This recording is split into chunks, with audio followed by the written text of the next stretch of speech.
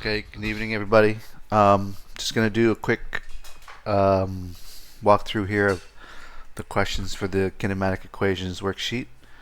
We're going to start off with number one, and of course, we just follow the guess process of first identifying the given information. So as I read through this, I can see there's a displacement of 19.6 meters, and we know that it's uniformly accelerating from rest. So first thing I do is I write down my displacement, my initial velocity, and it says it has a final velocity of 5 meters per second. So that one's pretty easy. It's asking us what is the rate of acceleration. So it's just asking us for acceleration. I guess I should probably copy down the formula sheet for you guys. But here we have these variables. So knowing I have S, U, V, and I need to find A, I'm going to use this equation here. And this should be on your formula data sheet, and you should be able to find it really quick. And then fill in the missing variables. Yeah, so we got 5 squared, 0, 2. We want to find A, and then we have S substituted here. Then A should equal, well, if you rearrange it all, it should probably look something like this. V squared, which is going to be that minus 0, which I guess I don't really need. And then the bottom will be 2 times 19.6. Just like that. And you can see the numbers. I have it up displayed here too. And then it comes out to 0.68. So meters per second. 0.638. Yep. Don't forget your units. This is the units for acceleration. Okay, we'll move on to number 2. Now number 2 gives us kind of more information.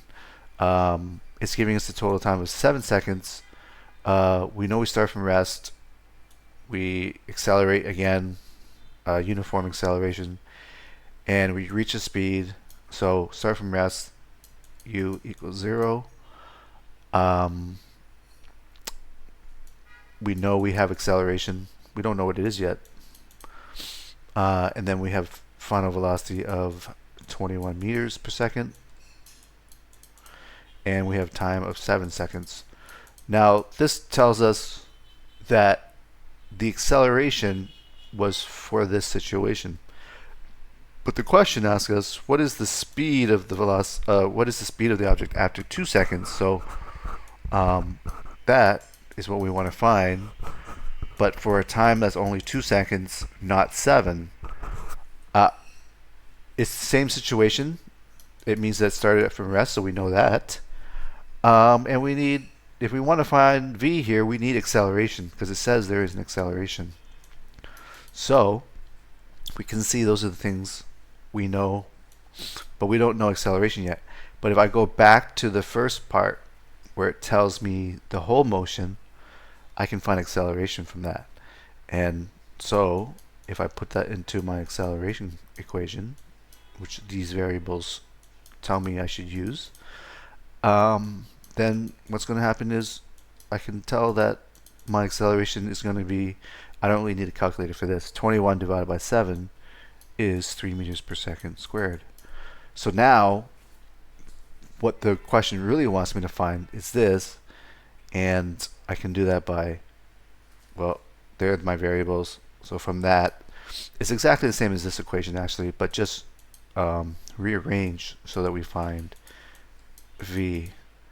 And so again, 0 plus, now that we know that this is 3, and it's going to multiply the time, which is only 2 at 2 seconds now. So we want that 2, and we can see it's going to be 6 meters per second. Okay.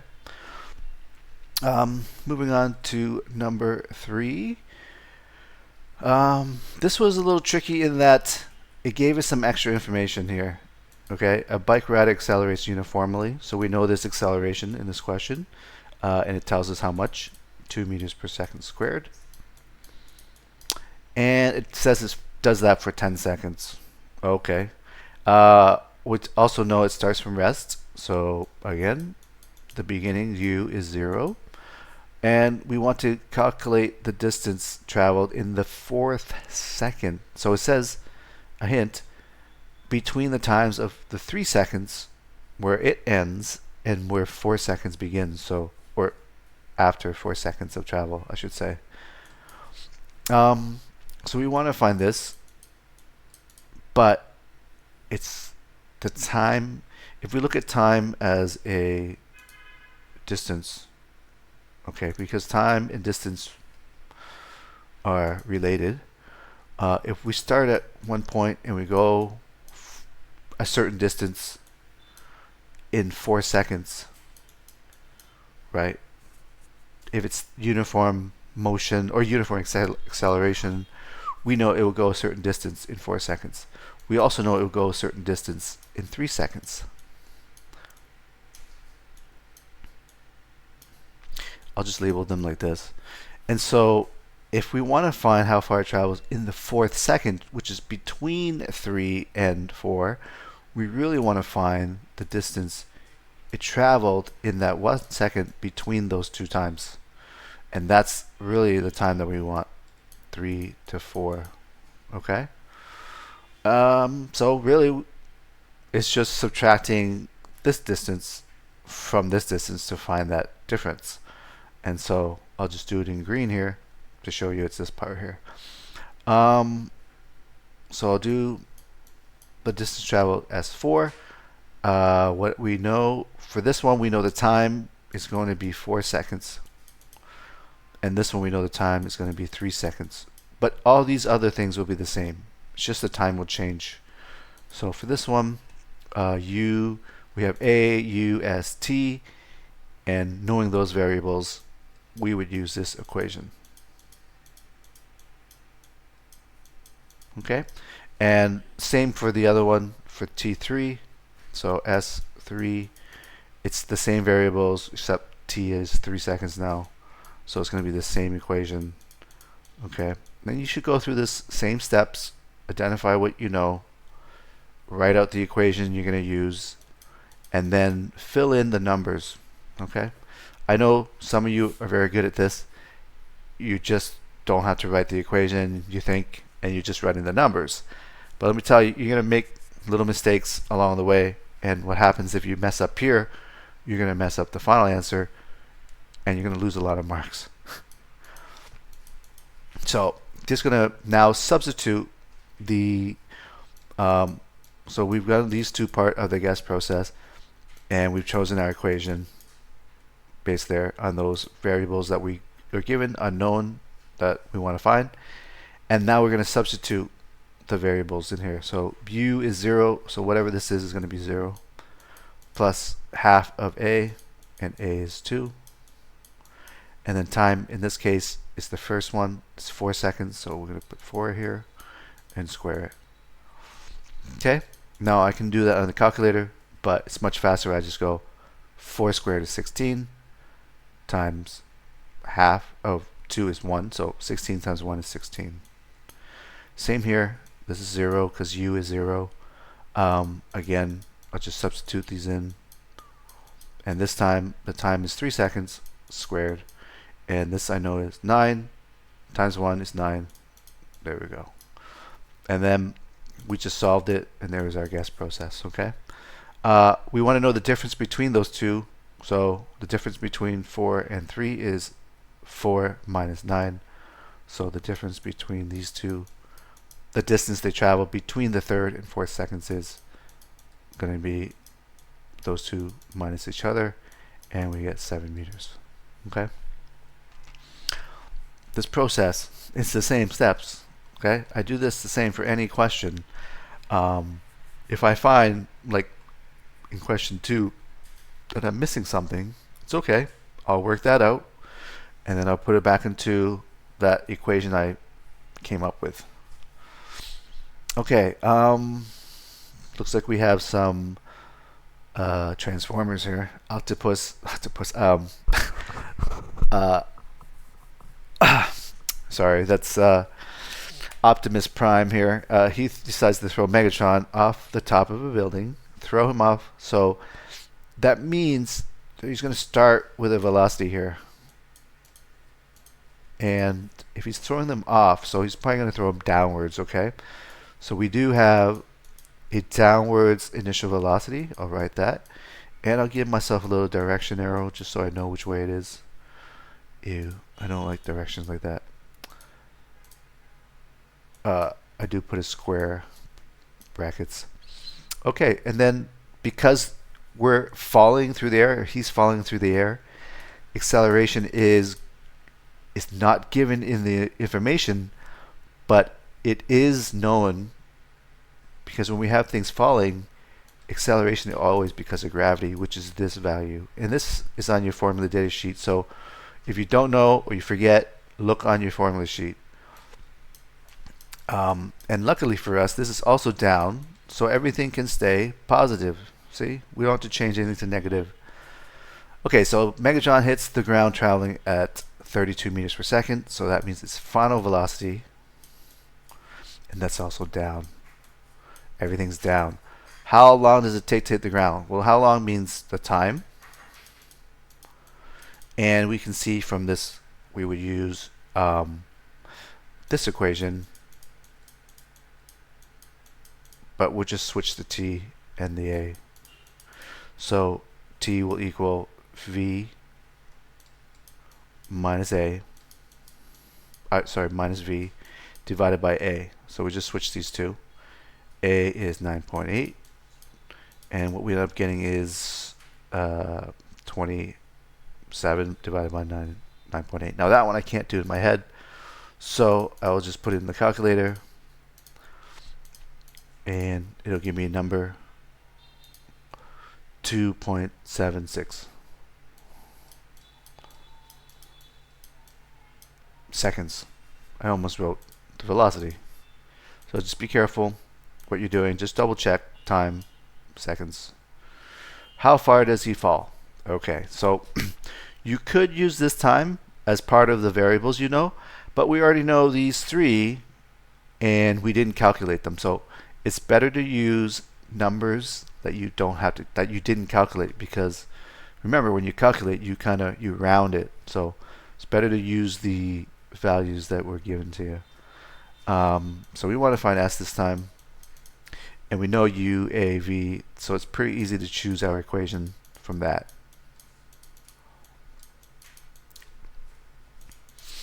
Okay, so S, rearrange. I'm just going to rearrange this time so you can see how it works. It's adding here, so we move this one first and subtract on this side. And these two are multiplying S, so we divide it. Yeah, there we go. Okay, and then we'll just substitute our variables. V is 32 minus 5 squared, so those two are squared, and divided by 2 times 9.8. And if I put that in my calculator,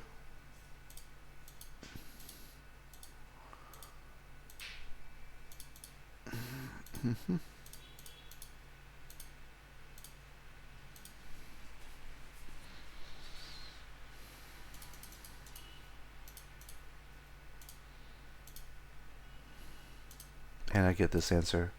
51 comes up to 51 meters. Because we had to round, it comes up to 51.0 meters. Okay. You can pause this. Remember, you can pause this anytime, go back anytime. I believe that's the last one down there. We'll go all the way back up to here.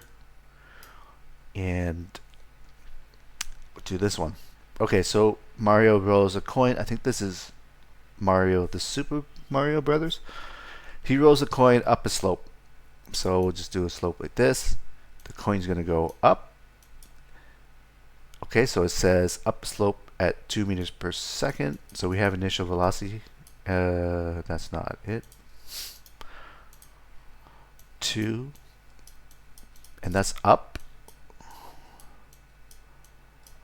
You can draw. You should use the words, but it's perfectly okay to do the like this.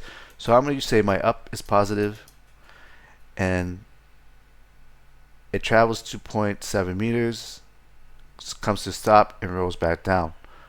Okay, so what is the coin's entire time of travel? So going up and going down means that this displacement is going to be 0 because it started here, stopped up at the top of the slope, and came back down. So this displacement is 0. Now, what caused the velocity to slow, go up, stop, and then come back down? Well, that was acceleration, and that was gravity again. But you can see the initial velocity is 2 meters per second up. Gravity is always down, so we got to make sure that this is going to be a negative value for us, okay?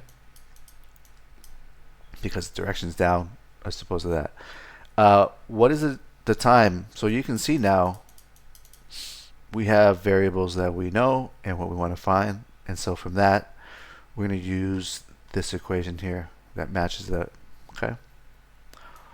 So S equals U t plus half a t squared. S is going to be 0 for us. U is not 0 this time, it's 2. And t, we don't know what t is yet. That's what we want to find. And this one's going to be half of the negative. Now, from my experience, I know what that number is going to be. It's going to be 4.9. But for you, I'll just show you 4.9. So, and because it's negative, I'm not actually going to be adding this. I could just put the subtraction sign right here and put my 4.9 right away. Okay? And then that's going to be t squared. And then you can see we have a number with a variable that's squared and a number that one with not squared, but it's the same variable. This is what we call a quadratic equation. If you know that, okay, you could plug this whole equation into your calculator and come out with some answer. But if you know that you have a quadratic, you can always go to the mode, choose equation number 5, and choose the quadratic equation there. See, number x squared, number x squared, number x, number x. I know it's t, but and then there is no c, it's just 0, which is perfectly fine. There's no c, means it's 0. So we'll plug that, which is choose 3. A is the number in front of the t, or the x squared. In this case, it's t squared. So we have negative 4.9. So we go negative 4.9. It's much faster if I didn't have to explain this, but I explained this for you guys. So this one is t, has 2 in front of it, and there is no c, so we leave it at 0. It is 0. We press enter. It gives us the first possible answer, which is 0.48 seconds.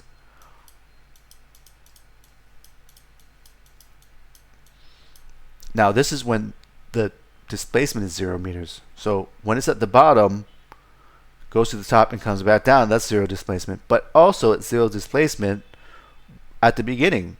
So that's why the second x value is 0. The second time for x is 0. But we don't want that. We want the one that goes up and then down. And so that's it. That's the answer. Put the unit there and you're good to go. Okay. Let me just erase this part here. It's kind of in my way. Bonus one. Let's see. Driver going 90 kilometers per hour. We can't work with kilometers per hour in our equation, so we have to remember to change this to meters per second. And to do that, if you look on your formula data sheet, you'll see that this divided by 3.6 will change it to meters per second for you. Okay? So let me just change this back to my normal one, which is computation 1. I'll just divide this by 3.6. It's 25. So he's going 25 meters per second, so I know that it's my initial velocity. He sees a barrier 40 meters ahead. Okay, it takes the driver 0.7 before he applies the brake. This is known as reaction time. So reaction time means that you're thinking about doing something like stopping the car, but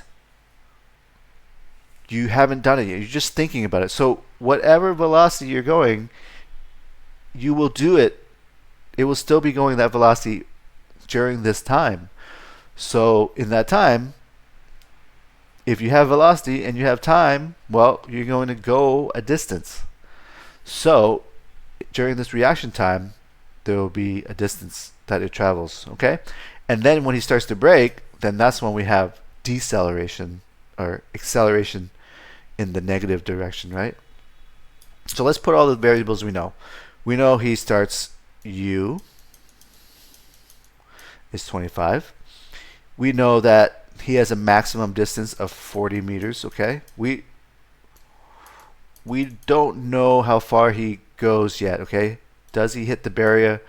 That's what we really want to find, actually. Will this be less than 40 meters, okay? And then we have acceleration, deceleration, so we know it's going to be negative. And then he is braking, and we want to know when he stops, will he hit the barrier? So he's going to stop. Ooh. Okay, so this one doesn't say exactly, but you know he has to stop. So we have variables now. We have 3 things that we know, 1, 2, 3, and 1 we want to find. So let's see. Remember, he's going to travel a little bit while he's thinking. So let's do that part first. There's actually 2 parts. One, during the reaction time, and that one's very easy. It's constant velocity. He hasn't changed it. So it's going to be S equals V times T. V in this case is the initial velocity. So it's actually U, but so 25 times that's a little far over here. Let me just redraw that.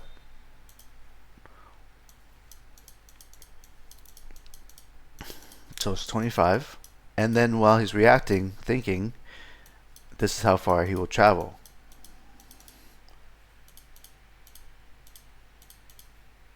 Okay. He travels actually 18.75 meters in that time. Yeah. And then when he does finally start to apply the brakes, there's an acceleration in the equation. So now we have a different distance while he is slowing down. And in this case, we have UAV, and if I rearrange that, you know I'm going to use this equation UVAS, okay? So I'm just going to rearrange this, but this is the one we're going to use up here because those are the variables we know. I'm just going to rearrange it right away so it makes sense that this is S2. Okay, so this is the one with the deceleration. So 0 minus, 25 squared. Please be careful when you put this in your calculator. Do not include the negative in the bracket because that means this will become positive and we don't want that to be positive. You should just leave it like that. Just square the 25. And then 2, and this is going to be minus 10. Remember, that's why we wrote the negative here, I should say. So let's put that in the calculator. This is going to be negative. I could put the 0 there, or I can put a negative there. So 0 minus this, or negative 25 squared. And then this one will be 2 times negative 10. And you can see the answer would be positive. That is right. If you didn't put this negative here, you get a negative answer because this is negative, and that's not correct, right? You only go in one distance, so that's the positive direction. So your answer should be positive, and it goes 31.25 meters. Now we're not done. We actually have to add these 2 things together and to get our total distance. So while he was thinking, reaction time, and while you would try to brake. So total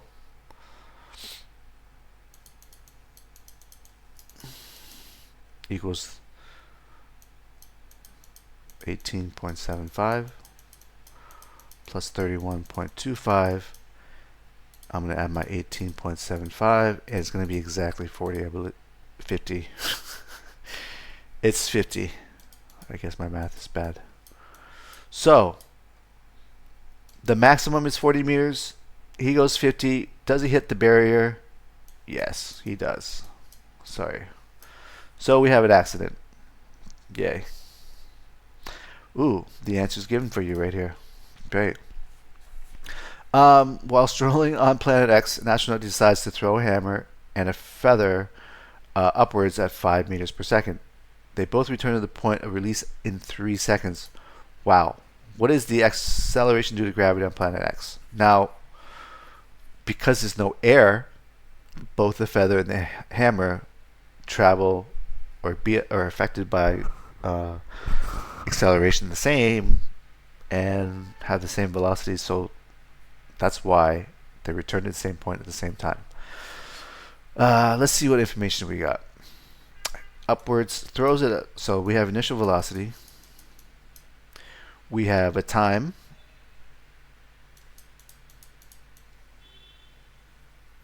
Now they return to the same point in 3 seconds. Ooh, so what does that tell me? It tells me, first of all, they went up, which is u, but then they went down, which is v, in the same amount of time. Well, they're going to be the same amount of time. And what you'll notice is that because it returns to the same point where it was thrown, you'll find that the velocity down is going to be the same, but in the negative direction. And that is not given here, but it's understood that that happens. Okay, you have to kind of think about this. And then A is what we want to find, because that's the acceleration due to gravity. Okay, so from this we know that this is negative 5 minus 5. Our equation is v minus u. So v minus 5. V negative minus 5 divided by 3. And you can see what the answer will be. It will be minus 10 divided by 3.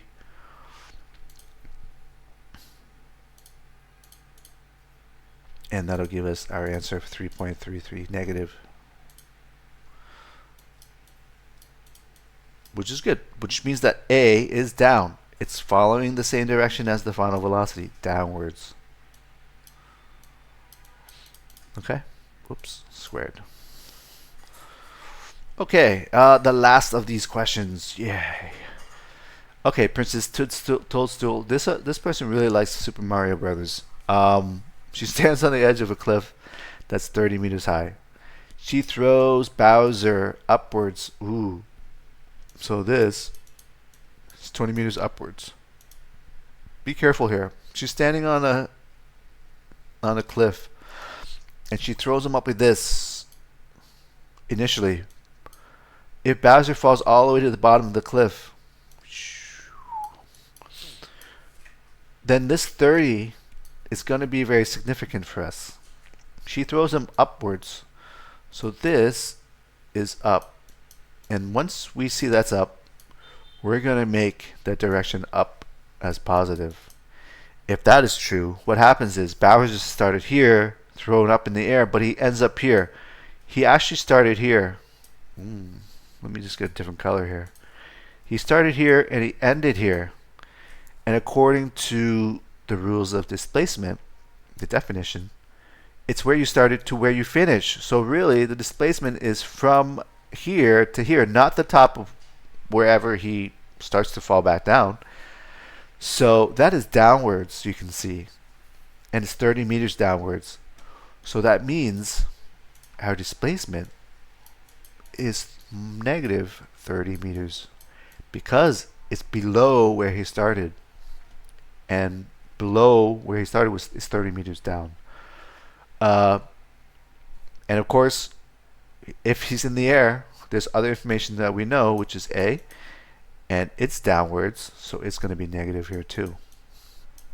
Yeah, and it's the velocity when he hits the ground, so that means V. See? Easy peasy. So again, this comes back to this equation here. Um, what you find about this equation though is we know he's going downwards. So this velocity, remember the negative just means the direction, but we put it in the equation as negatives so that when we get the final answer, we know the direction too, right? In this case, because of the way everything works here, you'll get a positive answer, but you should realize that the direction is down because that's the way he's going. So in our case, v is going to be the square root, right? Squared here, so it's going to be square root of all this, 20 squared plus 2, but it's going to be minus 9.8. And see how this direction works for us? Because the displacement is negative and acceleration is negative, it's going to give us a positive value within the square bracket so that our calculator doesn't do some weird stuff. Here, if you put a negative in here, it doesn't say it's possible. See? It gives you an error because you can't take the square root of a negative. So by following the physics and the direction, you end up not making error in calculations. So we'll put that in. That's 30. Everything there. 20 squared plus 2. I'm just not going to put the negative in there because negative times negative is positive. So why bother to do the extra step when you don't have to? And I'll just put them in as positives. And then there's our answer. Velocity is 31.4, but meters per second. But you got to make sure you put the arrow down that direction. Okay. Good stuff. This is starting to get into about 30 minutes long. For this, I think I told my other class not to do this, so you don't have to do this part, okay? Because the way the curves are, I don't want you to have to deal with that. So this is the velocity time graph. So I've identified which type it is and what the numbers are going to mean for me, okay? So if a soccer player is moving in a straight line during a match. Okay, so that means he's running straight in one direction. Calculate the acceleration between 0 and 2 seconds. So from here to here, it's one whole slope, so I can use the whole slope to help me. I'll draw my little rise and run. I can see the rise is from 0 to 2, so it's 2. 0 to 2, so it's also 2. So my acceleration, in this case, it really is velocity, final velocity minus, no, final velocity, initial velocity, yeah.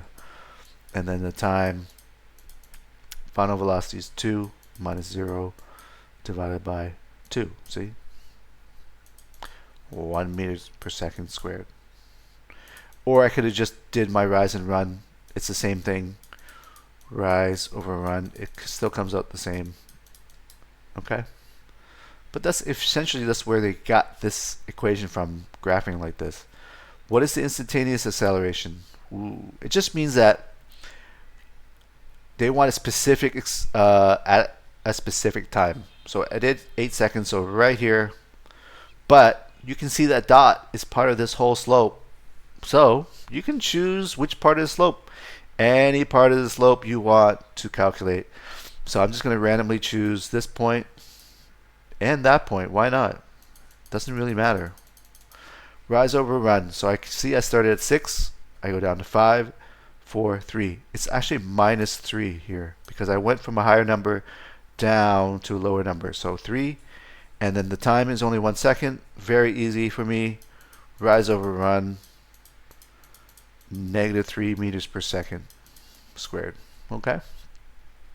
And that's true if you did anything. Let's just make this bigger. We're going to go to this one because it has to be a good number. It can't be here because you don't really know what time. You know the velocity, but what is that time there exactly? So let's try this bigger one. This is going from 6 down to 0. That would be -6. This is from 7 to 9, that's 2 seconds. You can see negative 6 divided by 2 is going to be negative 3. So same slope, that's why. Okay, the acceleration between 4 and 7 seconds. Well, 4 and 7, you can see it's a horizontal line. When we see no slope, that means no slope, which means no acceleration. Because that's what the slope means in a velocity time graph. Acceleration. No slope, no acceleration. Positive slope, positive acceleration. Negative slope, negative acceleration. Okay.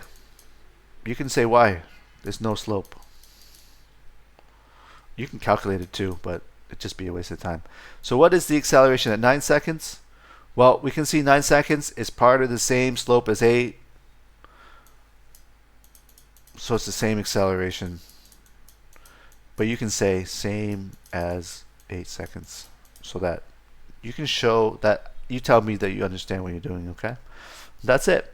Okay, good luck with your tests on your respective day, if it's going to be Tuesday afternoon or Friday morning. I'll see you then. If you have any questions, please send me an email. Don't message me in Google Classroom because I turn off the notification there.